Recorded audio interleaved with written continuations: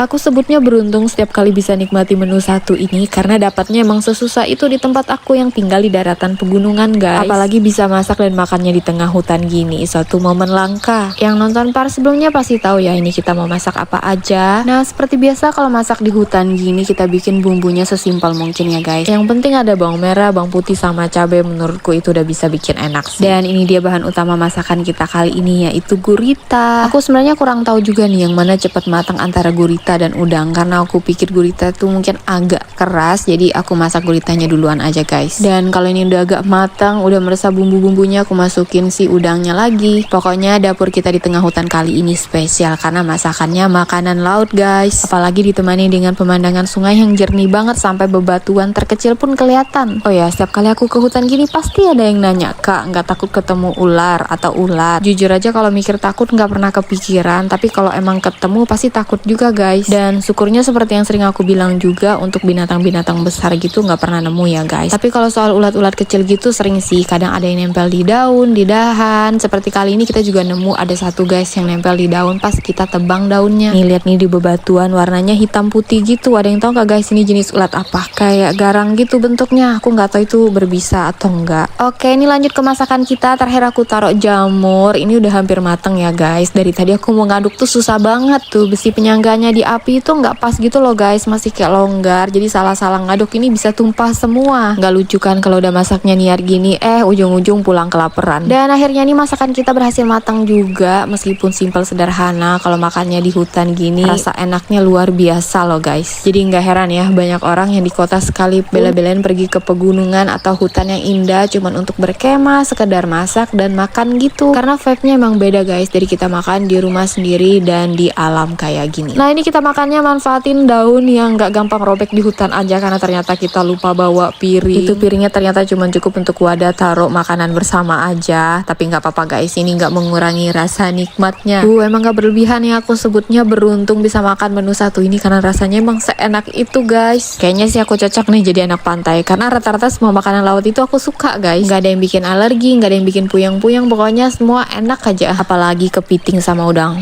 paling favorit pokoknya. Kalau soal gurita ini baru beberapa kali nyoba juga dan langsung suka. Rasanya nggak jauh beda sama sotong atau cumi-cumi gitu sih. Enaknya. Tapi bukan berarti suka makanan laut harus jadi anak pantai juga ya guys. Ini aku udah senang banget sih bisa jadi anak pegunungan, bisa ngebolang ke hutan yang luas dan menjelajahi berbagai tumbuhan yang unik-unik. Nah ini kita udah kenyang makan, lanjut mau langsung mandi-mandi dulu sebelum pulang ke rumah. Ini airnya seger banget guys. Niatnya pengen berenang sampai ke tengah tapi takut hanyut karena airnya lumayan deras. Jadi ini kita mau lanjut mandi dulu guys. Bye bye.